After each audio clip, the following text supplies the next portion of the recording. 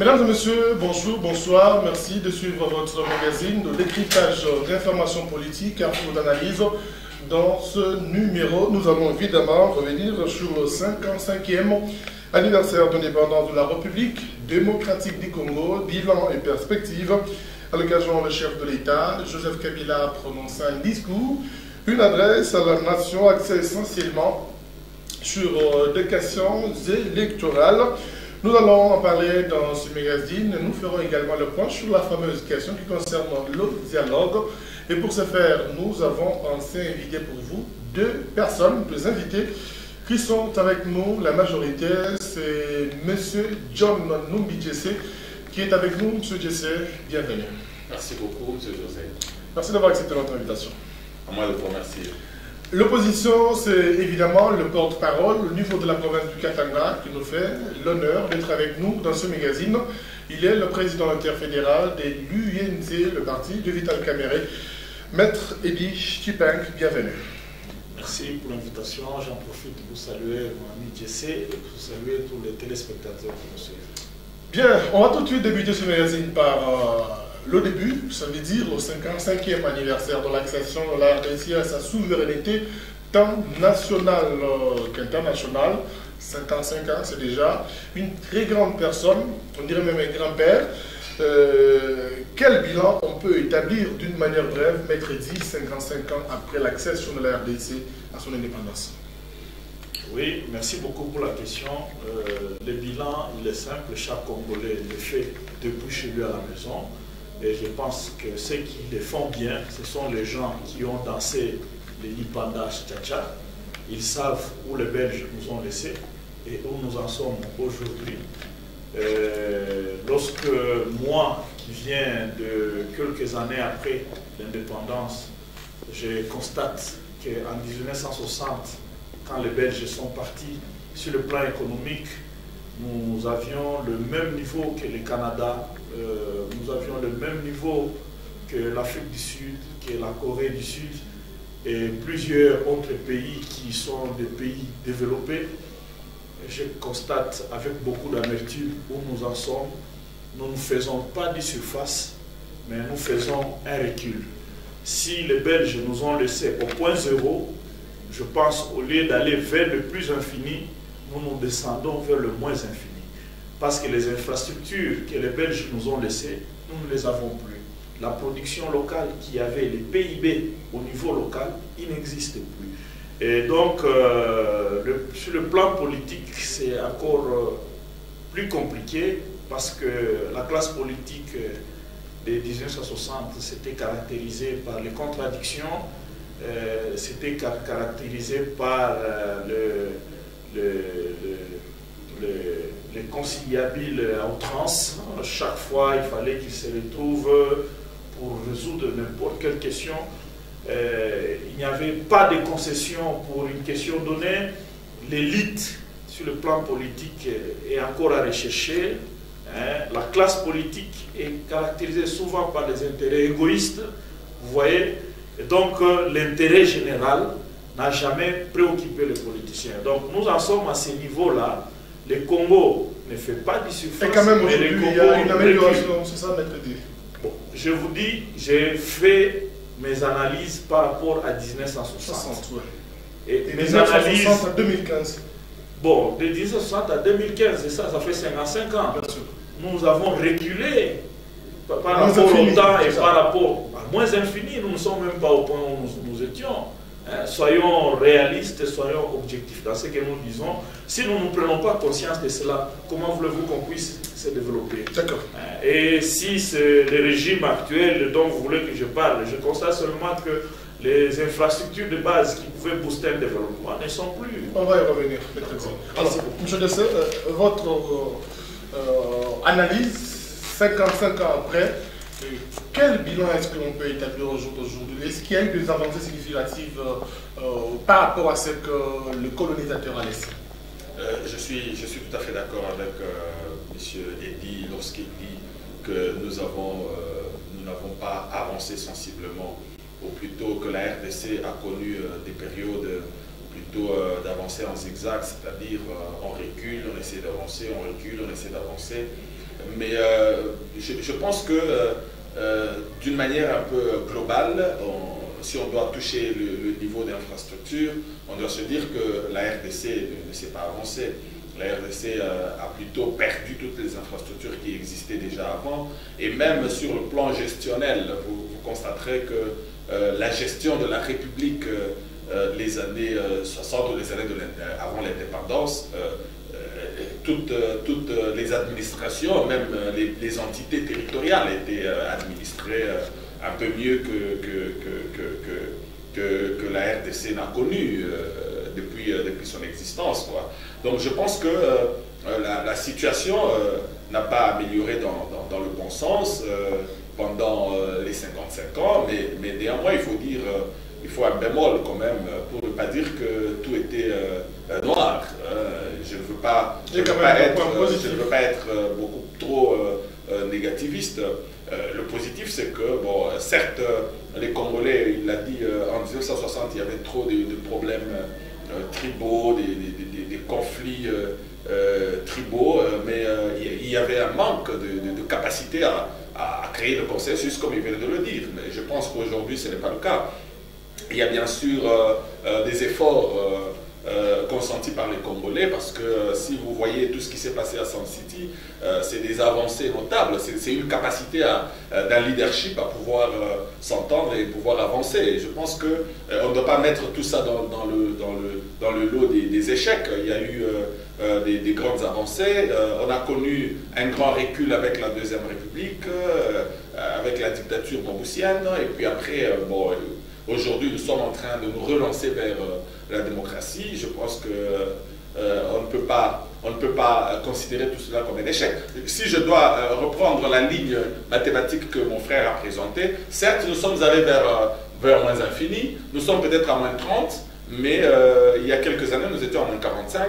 Alors, je pense que nous ne sommes pas encore dans le vert, certes, mais nous sommes en train de rentrer vers le zéro. Vous estimez que le pouvoir en place a quand même conjugué d'efforts par rapport à la situation d'après 1960? En fait, moi, je voudrais pas parler par rapport à 1960 parce que le pouvoir en place est venu longtemps après 1960. C'est ce que je dis. Est-ce qu'il y a des améliorations avec le pouvoir en place, évidemment, par rapport à ce que les Congolais ont connu? Oui, parce que si vous voulez les comparer par rapport à 60, c'est un peu plus compliqué. Parce que en 60, on avait une infrastructure, on avait une situation que 32 ans, plutôt 42, 40, à peu près 37, 38 ans, on s'est attelé à le détruire. Sans oublier les années de la guerre, qui ont continué à détruire ces infrastructures, dont nous étions partis à moins 45, comme venait de le dire mon frère. Bon, je ne veux pas comparer ce pouvoir par rapport à la période coloniale, mais je voudrais me dire que nous sommes en train de connaître un élan, un regain pratiquement vers la fierté de la RDC. Donc je pense qu'il y a beaucoup à faire, mais l'élan est lancé. Si aujourd'hui déjà nous pouvons nous lancer vers un élan démocratique, je pense que c'est un point positif. C'est un point positif que nous pouvons capitaliser et pouvoir avancer. D'accord. Alors, mercredi, vous avez suivi, l'élan est déjà lancé avec le pouvoir en place. Et vous estimez que cet élan est déjà matérialisé au jour d'aujourd'hui? Bon, nous sommes des avis divergents, c'est tout à fait normal. Si pour les amis, il y a de l'élan lancé vers le plus infini, nous considérons que la descente aux enfers ne fait qu'aller à grande vitesse, qu'on prenne ne fût-ce que le point de la démocratie, comme il l'a dit. Vraiment, avons-nous fait des pas vers la démocratie? La démocratie, elle se consolide par quoi? La démocratie, c'est lorsqu'on reconnaît au peuple le pouvoir de se choisir ses dirigeants. Mais lorsque il est difficile de redonner au peuple ce pouvoir-là, vous pensez que nous allons vers à consolider la démocratie? Qu'est-ce qui est difficile? Le peuple vote quand même, maître D. Non, mais le peuple vote si les cycles des élections doivent être respectés. Vous avez annoncé tout à l'heure que nous allons parler du dialogue. On va en parler. Alors, mais si on ne sait pas respecter le droit des citoyens, le droit de se choisir son dirigeant, d'organiser les élections, de donner l'occasion aussi à ces citoyens d'aller dans les urnes, que ce soit au niveau local, que ce soit au niveau provincial, jusqu'au niveau de la présidentielle.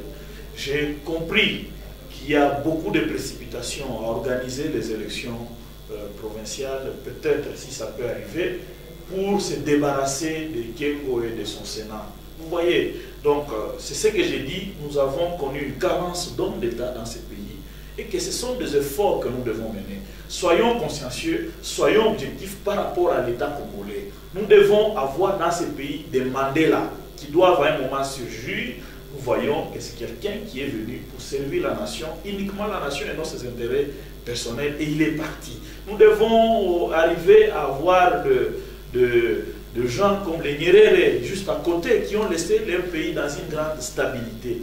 Et c'est une vocation de tous les Congolais. C'est une vocation qui se traduit et que nous, la classe politique, nous les politiciens qui sont sur le terrain, les professionnels, les praticiens, nous devons le comprendre, l'intérioriser. Nous devons aller vers ce chemin parce qu'aujourd'hui, le bilan est négatif et la descente aux enfers continue. Voyez par exemple la plainte qui gît au niveau du parquet général. Vous comprenez? C'est pas de la démocratie.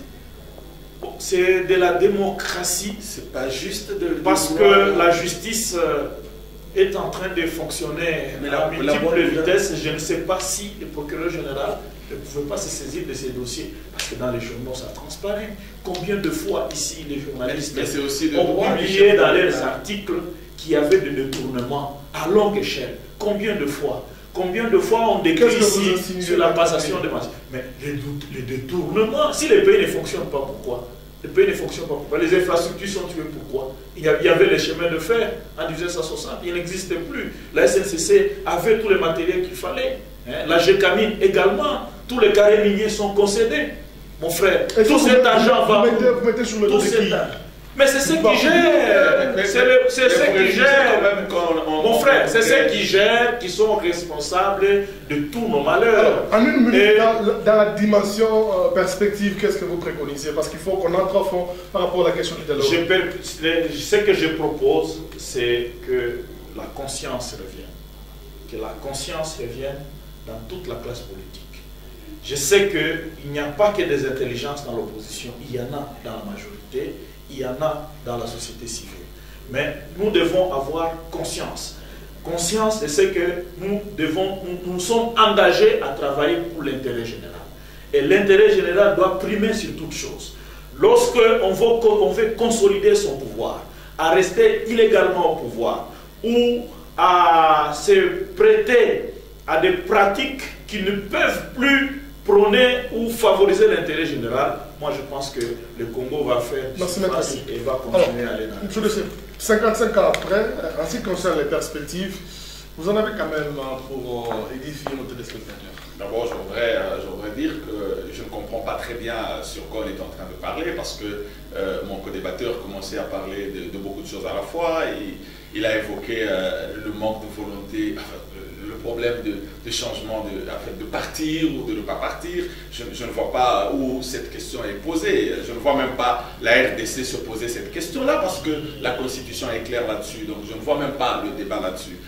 Lorsqu'il parle du dialogue, je ne vois pas en quoi le dialogue est un frein pour la démocratie.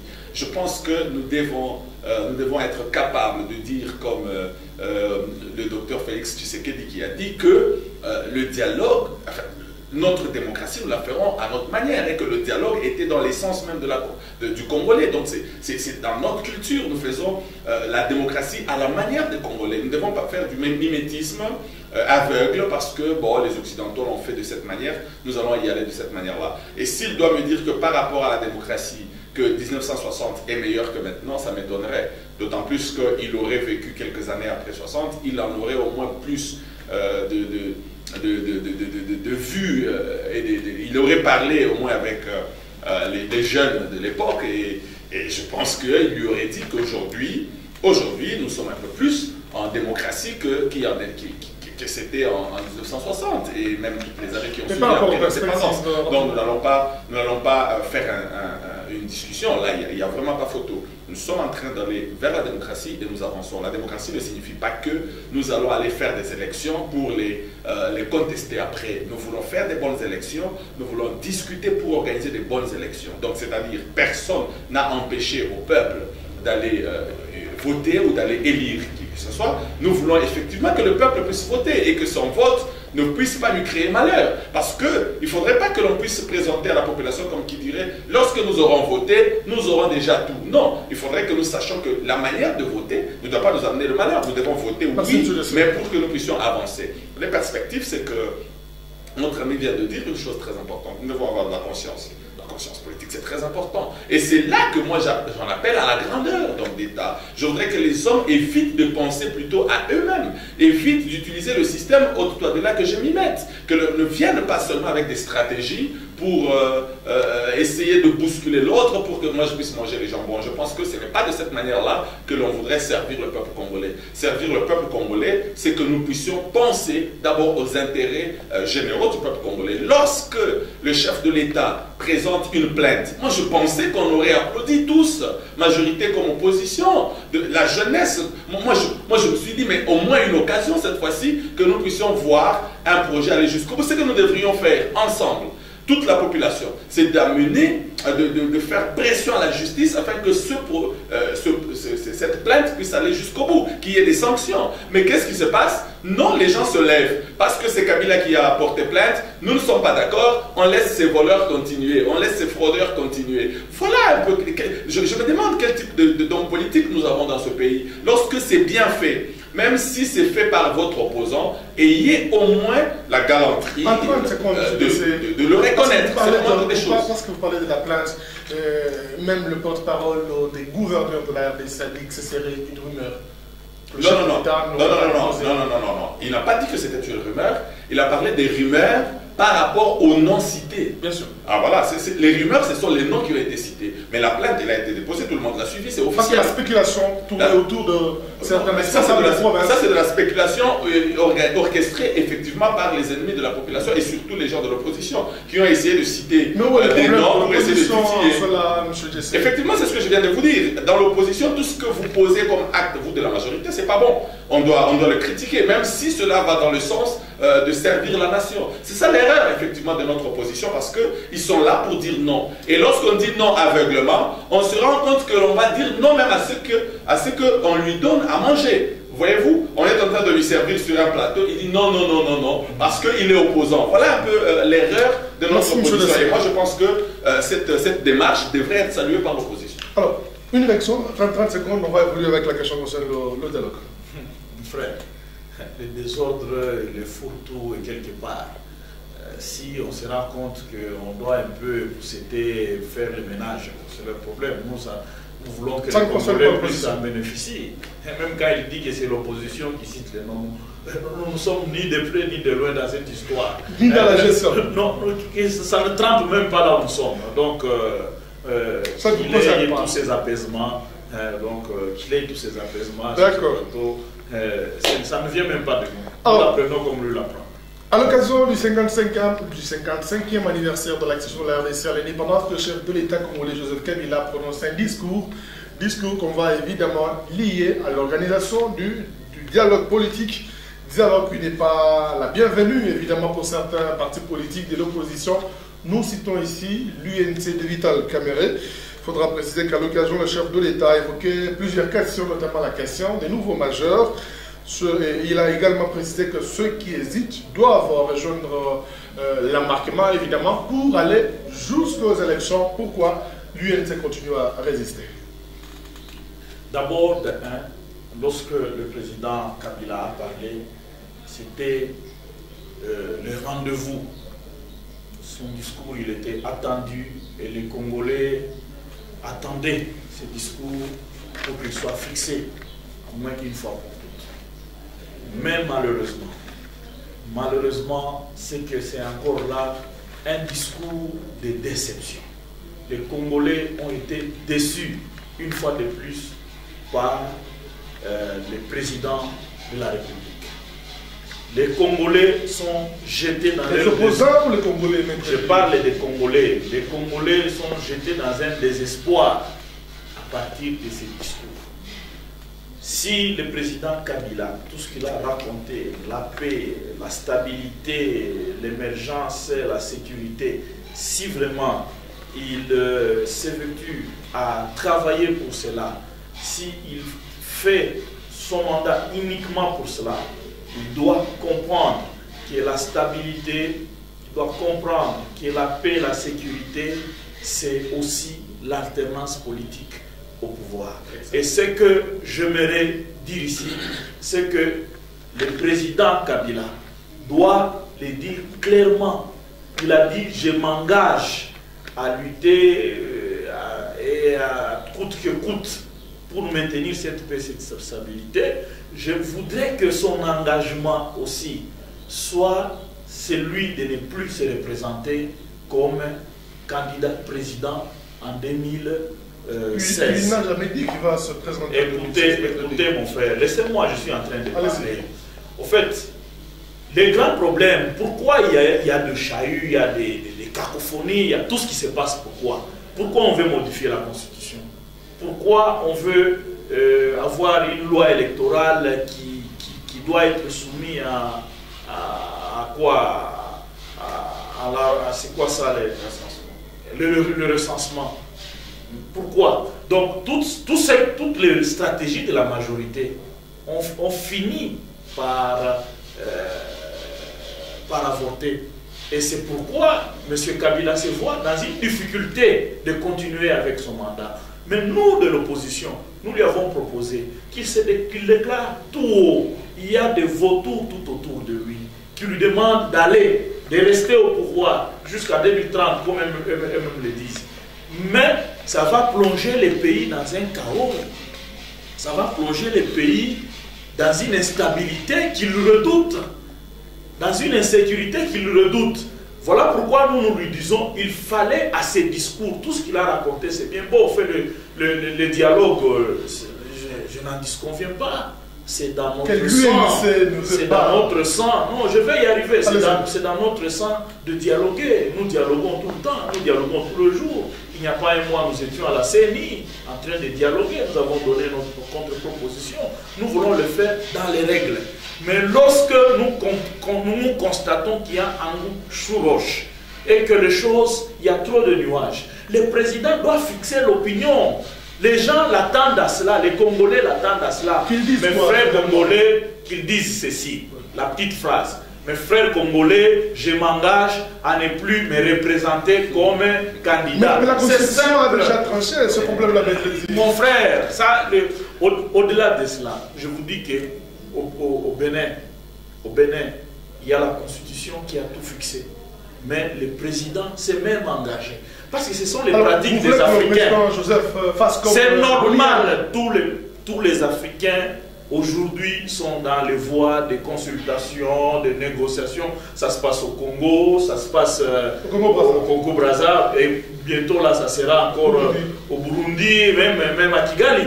Vous voyez, tout ça, ce sont de voies et moyens. Au Burundi, le président s'est déjà présenté comme candidat à son troisième mandat. Ce n'est pas la peur de l'INC, c'est la peur de tous les Congolais. Les Congolais veulent aller de l'avant. Les Congolais veulent que les choses soient consolidées. Nous n'allons pas participer à un dialogue de glissement. Un dialogue qui va mettre en gage le peu de processus démocratiques que nous avons connus dans ces pays. Le dialogue politique, Maître dit précise que c'est un dialogue de glissement. Comment avez-vous analysé son point de vue, M. Dessé? Je pense que, comme je venais de le dire, Maître Eddy est resté pratiquement dans la logique des opposants congolais, c'est-à-dire tout ce que fait M. Kabila ou la majorité présidentielle, c'est mauvais, c'est noir et c'est noir. Donc c'est pratiquement ça l'erreur de nos amis. Si le dialogue, c'est pour résoudre le problème, nous allons le résoudre. Voilà, mais on n'arriverait pas à comprendre que le dialogue ou les points qu'on devrait discuter dans le dialogue, si déjà d'emblée on refuse d'y aller. C'est là que moi je dis, nous devons, si nous sommes des vrais hommes d'État, nous devons arrêter d'aller par des suspicions et des préjugés. Nous devons plutôt aller vers des faits. Est-ce qu'il n'y a pas nécessité que nous organisions des élections plus paisibles que celles que nous avons organisées en 2006 et en 2011? Oui, il y a la nécessité, parce que les élections de 2006 et de 2011 nous ont laissé un goût amer. Est-ce que ça demande un dialogue?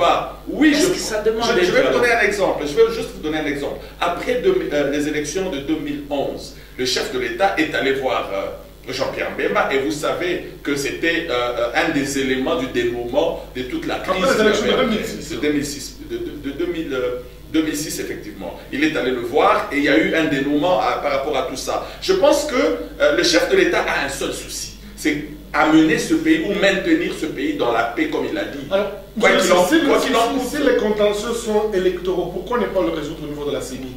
La CENI qui est l'institution d'appui à la démocratie, l'institution indépendante. Ne jouons pas au jeu d'hypocrisie pratiquement. Il y a quelques mois, il y a quelques années, quelques mois pratiquement, que nos amis de l'opposition ne juraient que par un dialogue. C'est qu'ils ont créé, ce qu'ils ont appelé, c'est pas moi, le vrai dialogue. Voilà. Vous en êtes bien informé. Alors, ils ont parlé du vrai dialogue et je pense que c'est le leader de M. Eddy qui était à la tête de ce mouvement-là. Nous, c'est le dialogue. Nous, c'est le vrai dialogue. Le vrai dialogue. Le contexte change, M. Dessert. Mais c'est là que nous nous disons pourquoi le contexte change. Quel est l'anguille sous roche que l'opposition est en train de préparer? Pourquoi ils sont en train de jouer à ce jeu? Tantôt, vous réclamez une chose et quand on vous dit bon, vas-y, alors aussi maintenant, vous dites non, nous trouvons que c'est suspect. Ce monsieur, c'est comme s'il est en train de nous piéger. Donc, ils sont en train de voir des ombres un peu partout. C'est de la peur bleue. Moi, je comprends pratiquement. Nos amis ne sont même pas prêts pour les élections. Ils sont en train de s'agiter. Mais ça, c'est une contradiction. Comment ne pas être prêt à des élections? Parce qu'il faut aller directement aux élections. Non, pas du tout. Pas du tout. Je vous informe qu'ils ne sont pas prêts d'aller aux élections. Pourquoi je vous dis ça? Parce que déjà, lorsqu'on vous invite, venez pour que nous puissions discuter comment nous allons organiser ces élections. Il devrait d'abord arriver dans ce dialogue et après discussion constater quel serait le thème de ce dialogue et se dire non, nous n'assisterons pas parce qu'on veut glisser. Et non pas dire aux Congolais que non, c'est suspect. Parce que, je vous avais dit l'autre fois qu'en 2006, nos amis de l'opposition, une partie de l'opposition s'était dit il n'y aura jamais d'élection parce qu'ils se faisaient des idées, ils se faisaient des illusions, ils se disaient non, on n'aura pas des bonnes élections. Ils ne sont pas allés. Et ils ont entraîné des Congolais. Ils ont entraîné. Ensuite les élections provinciales. Ah voilà, il revient à ça. Alors il revient à ça. C'est en 2006. Nous y arrivons. Ils ont même empêché les Congolais, les paisibles Congolais, d'aller exercer leur droit légal. Ils ont manqué les cartes électeurs. Mais après 2006, ils ont compris qu'on pouvait le faire. Et je pense que n'est-il pas une réalité? Mais une réalité dans la tête de qui? Une réalité dans la... Nous sommes en 2015, Monsieur José. Une réalité... Oui, mais bien sûr, bientôt 2016 et nous aurons des élections.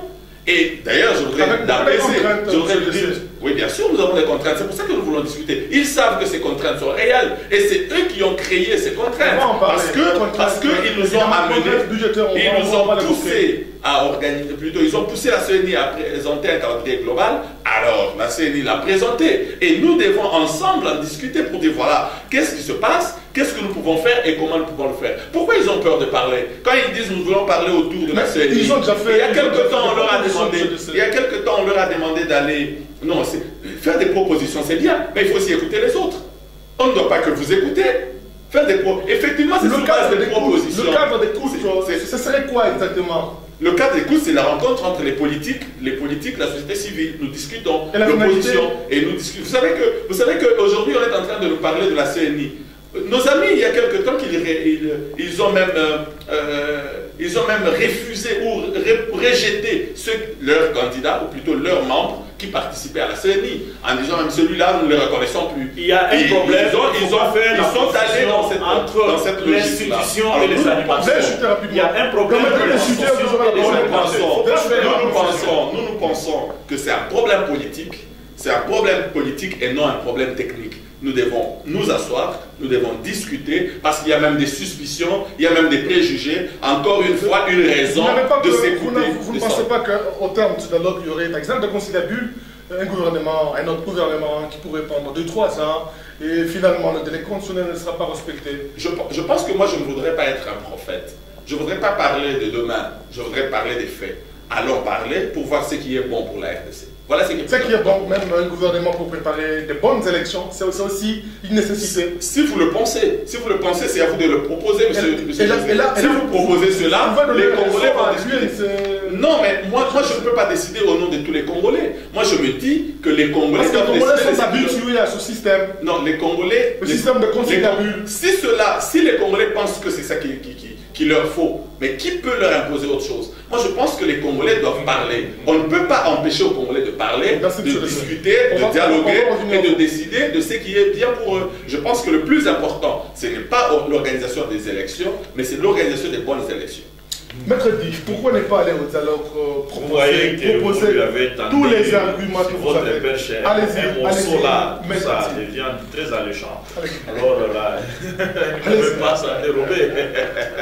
Il s'en remet en volonté des Congolais. C'est une bonne chose. En fait, les Congolais ont déjà compris les calculs. Nous, la peur, c'est laquelle? Nous nous posons une seule question. Sachez, monsieur le journaliste, qu'actuellement là, nous sommes en plein processus électoral. Nous sommes en plein processus électoral. C'est vrai qu'il y a des problèmes avec le calendrier électoral. C'est un calendrier irréaliste. C'est un calendrier qui nous est proposé par la CENI. Ça, c'est réel, c'est vrai, c'est un problème. Et qui demande qu'il soit résolu.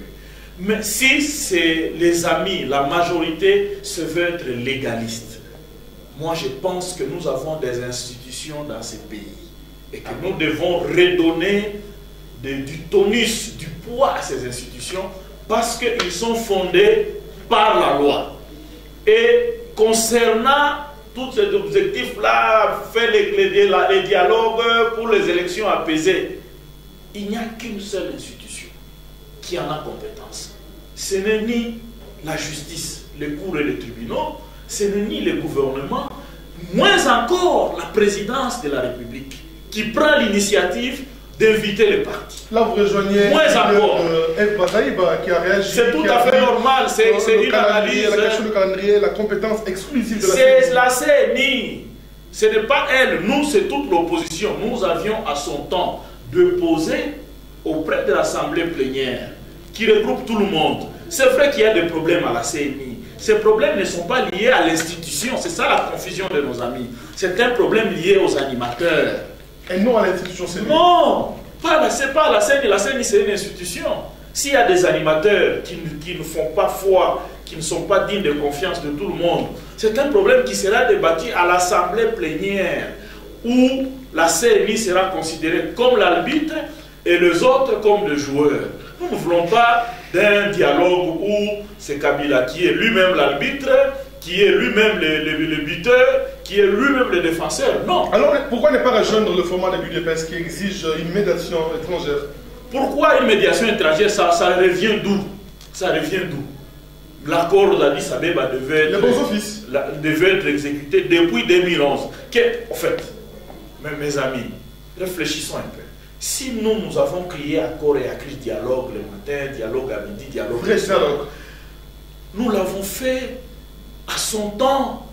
C'était 2012, 2013, 2014. Nous avons crié tous les jours, matin, soir, avec vous. Entendu. Mais c'est à ce temps-là, il était opportun. Mais aujourd'hui, nous sommes en plein processus électoral. Donc, pour eux, ils se disaient, ils peuvent crier, la peine. 2016, c'est très loin. Maintenant, ils se retrouvent que 2016, c'est à bout du nez ici. Ces gens-là doivent venir pour qu'on puisse dialoguer, qu'on trouve un schéma qui peut nous permettre. Et nous, sachant les mentalités des Congolais, comme les Congolais, tel que vous l'avez dit là. Terminez votre phrase. Oui. Qu'ils trouvent un schéma qui puisse permettre quoi exactement? C'est simple, les glissements, non?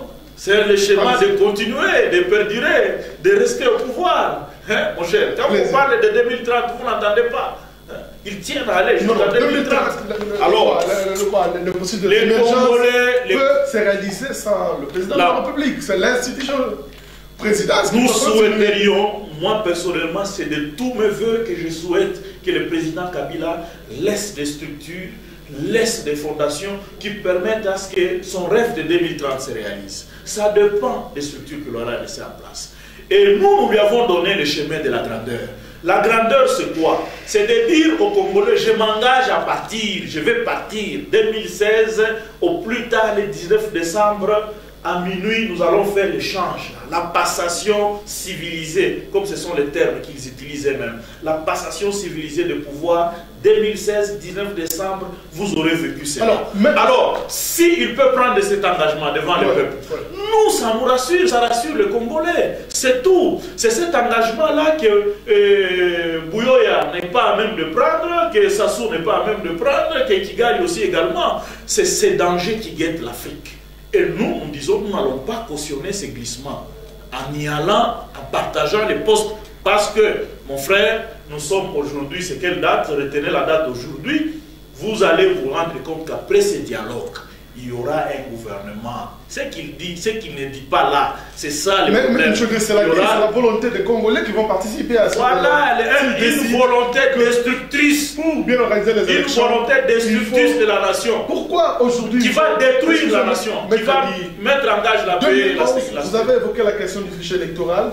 Et vous estimez que pour bien gérer, ou pour vous rassurer qu'il n'y a rien dans les données de la CENI, il faut participer dans les institutions, par exemple. Ce n'est pas aussi une mauvaise chose de participer au pouvoir et d'organiser ensemble les élections. Non, non, en fait, le problème c'est lequel? Nous devons rester légalistes.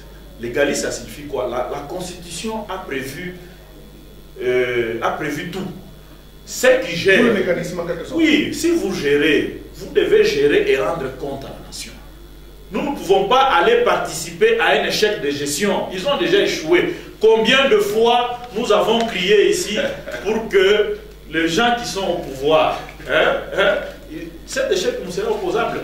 Combien de fois nous avons crié que le fichier électoral que vous avez opposé, c'est un fichier corrompu? Combien de fois? Depuis 2011, 2012, 2013. Et pour vous rassurer cette fois-ci, ils n'ont pas pu faire le dire, comme M. Dessé le dit. Pourquoi ne pas dire toutes ces choses-là au niveau du dialogue? Oui, nous voulons bien le dire, mais à la CENI, vous n'avez pas entendu. Mais M. Dessé a dit que la CENI, c'est une institution technique et non politique. C'est une institution qui a, la loi qui la sous-tend. Et puis les élections, ce n'est pas une affaire politique. Les élections, nous avons besoin de la CENI, une institution indépendante, issue de la société civile. N'oubliez pas que la politique, c'est un système global.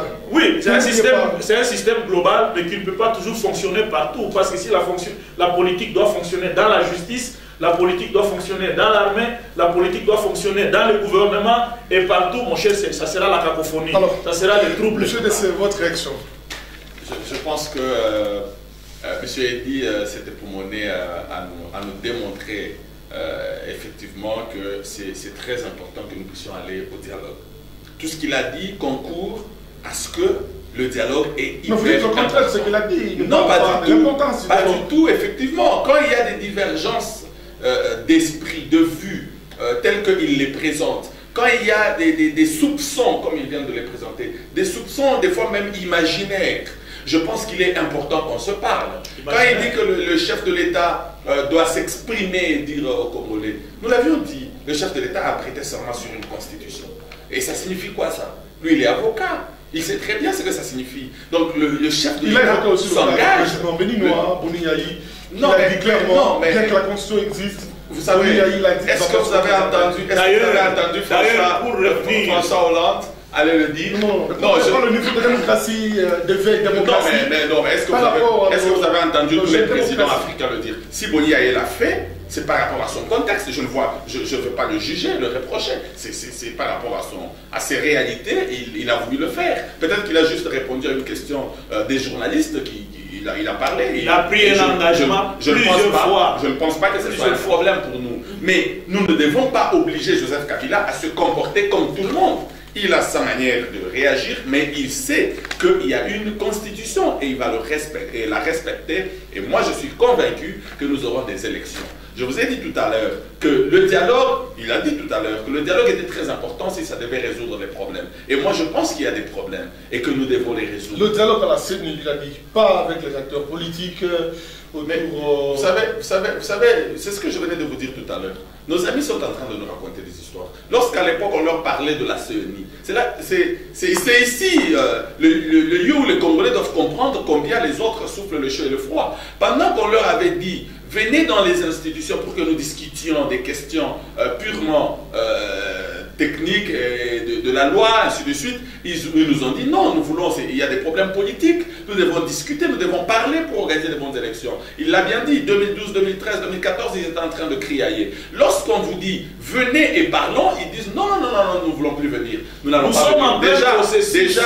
Déjà, on les a appelés en 2000, lors des concertations, ils ont dit nous ne serons pas là, nous viendrons que lorsqu'on va organiser le vrai dialogue. Et lorsque le soi-disant vrai dialogue arrive, ils disent non, non, nous n'allons plus rentrer dans cette histoire, nous préférons aller aux élections, nous reconnaissons maintenant l'autorité de la CNI, nous sommes maintenant d'accord, nous avons maintenant confiance en la CNI, ipso facto comme ça. Ils n'avaient plus confiance, aujourd'hui ils ont confiance que la CNI a organisé, nous sommes en train d'y aller. Je pense que c'est ici, comme je l'ai dit, il y a la grandeur qui sont recherchés, il y a la grandeur politique que nous recherchons dans ce pays. Nous voulons des hommes qui soient capables. Si vous pouviez repasser les images d'il y a quelque temps sur les médias, je pense qu'il y a des politiciens qui auraient fui la ville de Lubumbashi parce qu'ils se seraient retrouvés dans des contradictions par rapport à ce qu'ils sont en train de dire aujourd'hui et ce qu'ils étaient en train de dire il y a quelques mois. Je ne comprends pas. On doit savoir, un homme politique doit tenir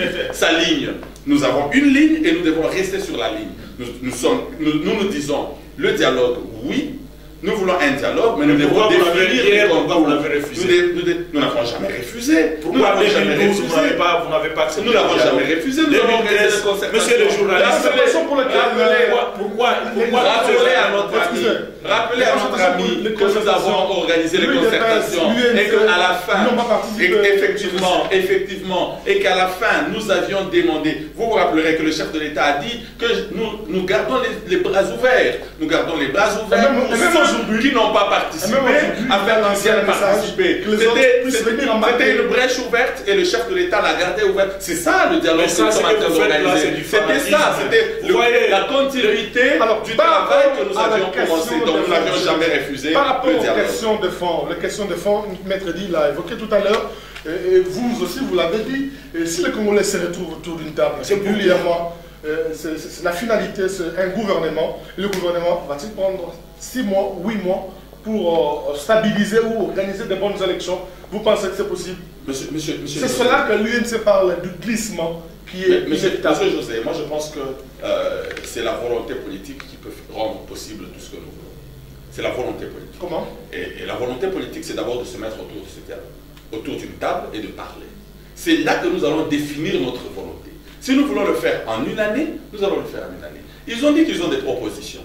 Mais bien sûr, venez avec ces propositions et discutons-en. Nous allons en parler avec tous les Congolais. Nous voulons que tous soyons là, que nous puissions discuter, que nous puissions faire des propositions, des contre-propositions, et qu'à la fin, nous puissions couler des résolutions et nous dire voilà comment nous allons marcher, et celui qui ne marchera pas et qui marchera contre courant, voilà, le peuple sera témoin. Et c'est ça ce qui est plus important. Moi je pense que quand le chef de l'État parle de la stabilité, c'est qu'il évoque les après-élections. Ce qu'il veut, c'est gérer l'avant-élection, pendant les élections et même après les élections. C'est ça le plus important. Nous ne devons pas nous dire allons-y comme un fourre-tout, nous allons y aller et puis bon, advienne que pourra. Non, ça ce n'est pas un homme responsable qu'on agirait ainsi. Je pense qu'un homme responsable, en politique responsable, on devrait voir qu'il y a des problèmes, qu'il y a des contraintes, qu'il y a des difficultés et que nous devons nous mettre autour d'une table et discuter. Même la fameuse communauté internationale dont ils sont en train de parler, même la communauté internationale est d'accord pour que nous puissions aller au dialogue. Même les prélats catholiques, ils sont d'accord. Il n'y a qu'un petit groupe, des opportunistes. Bon, ce sont des propositions effectivement qui peuvent être discutées. Ce sont des propositions que l'on pourra discuter lors des dialogues. Moi, je ne peux pas imposer des thèmes. Je me dis, toutes les questions peuvent être évoquées et les prélats, ils ont fait leur proposition qui est discutable. Alors, Maître Di, vous êtes parmi ceux qui pensent qu'il faut aller directement aux élections. Aller aux élections, le problème de financement se pose au jour d'aujourd'hui. Le chef de l'État est revenu d'ailleurs là-dessus dans son dialogue. Vous pensez que ce 1 milliard de dollars est là pour qu'il y ait élection? Ou il faut le mobiliser au niveau des institutions de Bretton Woods ou au niveau des autres partenaires au niveau international? Vous savez que la situation dans laquelle nous nous retrouvons aujourd'hui, le seul responsable, c'est eux. À un moment donné, si on a bien géré, on dit « Oh la main, bravo, vous avez réussi ». Mais lorsqu'on a échoué, vous avez échoué, il faut avouer que vous avez échoué. Pendant combien de temps le président Kabila a géré ce pays? Il a eu un premier mandat gratuit, 5 ans, de 2001 à 2006. Un mandat gratuit comme ça. Un second mandat de 2005, de 2006 à 2011. Là, il finit son troisième mandat presque. Est-ce que les contraintes financières sont opposables aux Congolais ou à la communauté internationale ou à qui que ce soit? Ce n'est pas normal, ce n'est pas logique. En 2006, nous avons organisé des élections plus ou moins acceptables avec une affaire de 480 millions. Et rappelez-vous, c'était 2 tours. C'était 2 tours. Aujourd'hui, c'est pratiquement... Ils se sont arrangés dans la fraude à ramener à un tour. Mais même les 1 tour pose problème parce qu'on est à la porte de sortie. Vous voyez, la contrainte financière, ce n'est pas aux Congolais qu'il faut commencer à expliquer aujourd'hui. Non. Ça, je ne manque pas les termes parce que si je dis quelque chose, on va dire que non, il a proféré des injures. Mais je dis seulement que c'est de la déception. C'est de la déception qu'on vient nous parler. La déception à quel niveau? Vous pensez que le gouvernement n'a pas su mobiliser de l'argent? Mais mon frère, parce que le tout se prépare, vous gérez un pays pendant plus ou moins 15 ans, 16 ans, 15 ans. Vous êtes incapable de mobiliser dans un pays comme celui-ci 480 millions de dollars qui peut aider à ce que cette stabilité que vous vous préoccupez et la sécurité et la paix soient consolidées. Le pays a beaucoup de choses à faire, pas seulement les élections mercredi. On a été incapable de gérer l'écoulage des recettes. Qui a inventé ce terme-là? Ce n'est pas eux. Et qui, ces coulages-là des recettes, qui en sont responsables? C'est toujours eux, non? Le détournement. Toi, tu peux détourner si tu ne gères pas. C'est celui qui gère là qui détourne, non? L'enfant de tous les carrés miniers ici, qui en sont responsables? Ce n'est pas eux. Donc, si vous voulez que je commence à vous énumérer des choses ici, merci, on ne va pas nous en sortir. Donc, les contraintes financières, je dis tout simplement que c'est de la déception. Parce qu'un gouvernement responsable, c'est aussi un gouvernement qui sait prévoir un budget dans les autres pays, des pays démocratiques. Dans chaque budget, il y a la rubrique élection. Et on met de côté, c'est une réserve stratégique qui est mise de côté parce qu'on sait que... Mais on sera des petits-enfants jusqu'à quand? Jusqu'à quand on va continuer à aller quémander à la communauté internationale, à la Banque mondiale, FMI, donnez-nous l'argent. Non, si en 2006, la communauté internationale nous a aidés. 2011, on comprenait que on venait d'un contexte de guerre. On pouvait comprendre que les institutions étaient déstabilisées. On peut les aider. Mais là, ils ont géré pendant 2 mandats. Ils ont géré pendant 2 mandats. Nous, a bricolé avec les millions qu'on lui a donnés. Qu'on donne également les millions à l'autre. S'il n'y a pas assez d'argent, nous disons qu'il y a des élections prioritaires. Au lieu d'aller faire des conciliabiles, des choses inutiles là que les Congolais n'ont pas besoin, qu'on donne le peu d'argent pour une seule élection, l'élection présidentielle, parce que ces calendriers... C'est la présidence que la représentation nationale... Mon cher, pourquoi on n'a pas tout ce temps, 2006, Tshisekedi et son IDPS n'ont pas participé aux élections parce qu'ils exigeaient les élections locales, ils exigeaient les cycles normaux, local, municipal, puis provincial, jusqu'au présidentiel. Ce n'est pas que l'IDPS change. Et ils ont interverti les cycles. Pourquoi? L'IDPS est resté constant. Et ils ont interverti les cycles. Pourquoi? Pourquoi c'est seulement à la porte d'entrée, c'était d'abord la présidentielle qui était la plus importante. Maintenant, à la porte de sortie, non, la présidentielle n'est plus importante, c'est le local. Mon cher, qui sont inconstants? Merci. Alors, M. Dessert, rapidement, les constants. Contraintes financières au jour d'aujourd'hui posent problème. Et vous pensez que ces élections que l'UNC réclame et que tous les Congolais attendent de leurs vœux peuvent se tenir dans les meilleures conditions parce que déjà, la question financière pose problème? Je voudrais d'abord faire remarquer à Maître Eddy Tchipingue que être président, c'est pas comme un gâteau. Hein. Il ne faut pas en parler comme si c'était un gâteau qu'on était en train d'offrir en parlant d'un mandat gratuit, d'un deuxième, un troisième. Vous savez, c'est la méritocratie. C'est même pas seulement un problème de méritocratie, mais c'est une responsabilité. Vous savez, être président, c'est pas que vous êtes en train de profiter. Non, mais vous donnez votre vie pratiquement. C'est un sacrifice. C'est un sacrifice, donc il ne faudrait pas regarder le mandat. Il ne faudrait pas regarder le mandat de président de la République comme un cadeau ou une bousculade pour aller bien manger. Je vous dis déjà, si vous vous précipitez pour aller manger, je vous rassure, ce n'est pas si facile. Nous allons servir le peuple, nous allons le démontrer. C'est plutôt un apostolat. Nous sommes là. C'est plutôt un apostolat. Nous, c'est même une vocation. Ça n'a rien à voir avec la vie d'aisance que l'on pourrait croire que Kabila aurait bénéficié pendant 15 ans. Mais ce que moi je voudrais dire ici, c'est que les contraintes financières sont réelles. Mon ami essaye de faire diversion en parlant de la gestion de ceci, de cela. Ben, qu'à cela ne tienne, on peut discuter de toutes ces questions-là. Mais là, nous sommes devant un fait. Nous sommes devant un fait et nous devons le résoudre. Il ne faudrait pas que nous puissions, devant un fait, au lieu de résoudre le problème, nous commençons à revenir, non, à telle la faute, voilà, c'est elle qui a dit, c'est elle qui a fait. Lorsqu'on demande que la justice s'occupe de certains cas, ils sont les premiers à aller à s'agiter, à crier, alors que ça ne les concerne même pas directement. Je ne comprends même pas comment ils vont commencer à s'agiter. On parle de budget. Ils vont commencer à s'agiter. Je pense que nous sommes devant une situation, nous avons un calendrier qui est costaud et qui nous coûte cher. Nous pouvons le réaménager, nous pouvons en parler. Et c'est là que moi je dis, le dialogue est important, que nous puissions discuter pour pouvoir définir les modalités de l'organisation des bonnes élections. Voilà ce qui est le plus important. Nous ne voudrions pas arriver à un moment et nous retrouver dans une impossibilité. Alors, parce que dans la vie, il faut savoir prévoir. Ma question c'est quoi? La mobilisation de finances pour les élections, évidemment c'est dans la prévision budgétaire, dans le budget qui est élaboré régulièrement chaque année. Et au jour d'aujourd'hui, le pays fait face à mobiliser 1 milliard. Qu'est-ce que l'on peut conclure? Le gouvernement n'a pas su mobiliser le fonds dans les 5 ans, c'est ça? Mais on ne travaille pas que pour les élections. Pour que l'on dise parce que dans la rubrique, il y a une rubrique, il doit savoir évidemment. On n'avait pas les élections, on n'avait pas les élections. On ne travaille pas que pour les élections. On n'avait pas les élections d'organiser les élections. On n'avait pas les élections chaque année. Et lorsque l'on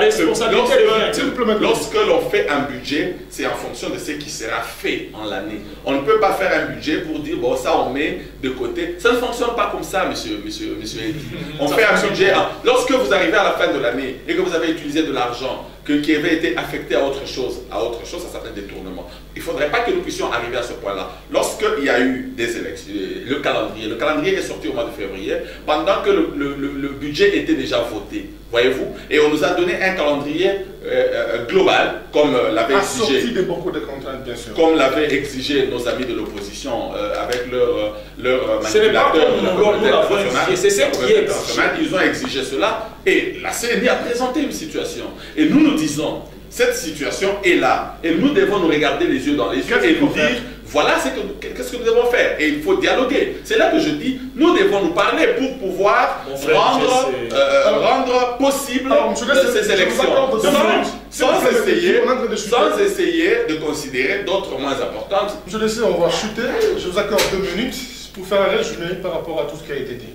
Ce que nous pouvons dire, c'est que 55 ans après, la RDC est en train de se remettre sur les rails, comme le disait le Premier ministre il y a quelques années. La RDC est enfin debout. Je pense que nous sommes en train de revenir vers la normalité, comme cela devrait être, et pouvoir maintenant prendre l'élan de l'émergence, comme l'ont reconnu pratiquement toutes les institutions de Bretton Woods, et même le rapport, le directeur du FMI et même le rapport du PNUD, qu'avec cette lancée du chef de l'État Joseph Kabila, la RDC pouvait être un pays émergent d'ici 13 ans. Donc nous devons rassurer à tous les Congolais que si nous devons espérer revenir à la situation que nous avions avant l'indépendance et même aller un peu plus haut, parce que moi je n'envie pas de revenir à ce qu'il y avait en 1960, mais nous devons faire un Congo plus beau qu'avant. Je pense que si nous devons répondre à cet appel de nos pères de l'indépendance, c'est que nous devons être responsables, c'est que nous devons nous dépasser et pouvoir un peu agir avec beaucoup plus de sacrifices, notamment je parle à la classe politique. Nous devons être capables de dépasser nos égos et pouvoir accepter de dialoguer, de discuter pour l'intérêt de la nation et non pas pour les intérêts personnels des individus. Je pense qu'aujourd'hui le dialogue est proposé et c'est une issue pour sauver la nation. Nous sommes dans une situation où nous avons besoin de la cohésion nationale, nous avons fait les concertations nationales, nous avions laissé les brèches ouvertes. Aujourd'hui, il est l'occasion de pouvoir intégrer nos amis de l'UNC, de l'UDPS et les autres qui étaient en train de traîner les pas. L'UDPS est quand même en train déjà de suivre le pas. Je pense que tous les petits-enfants qui sont derrière l'UDPS pourront lui emboîter le pas et pouvoir répondre à l'appel du chef de l'État. Et peut-être demain, nous pourrons avoir une RDC avec des bonnes élections et après les élections, vivre la paix. Merci. Comme ici et dans tous les pays civilisés. On va ajouter par vous, Maître Di. Vous avez 2 minutes pour un résumé, une conclusion pour qu'on puisse... D'abord, nous ne sommes pas des petits-enfants de qui que ce soit. Nous sommes une force politique, oui.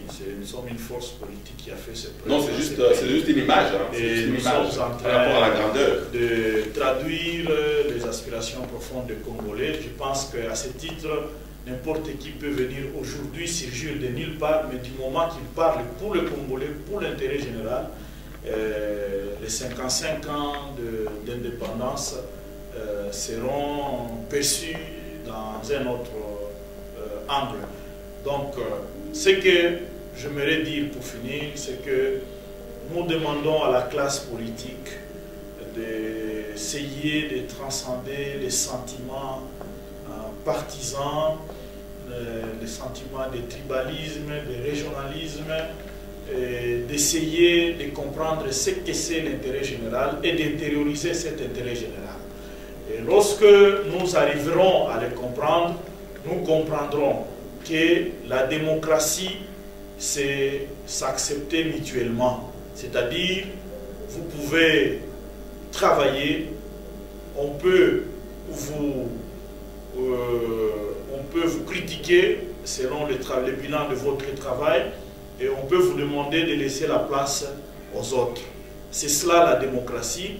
Cette république, c'est une république, c'est une nation qui est une république, ce n'est pas un royaume, ce n'est pas un empire où les gens peuvent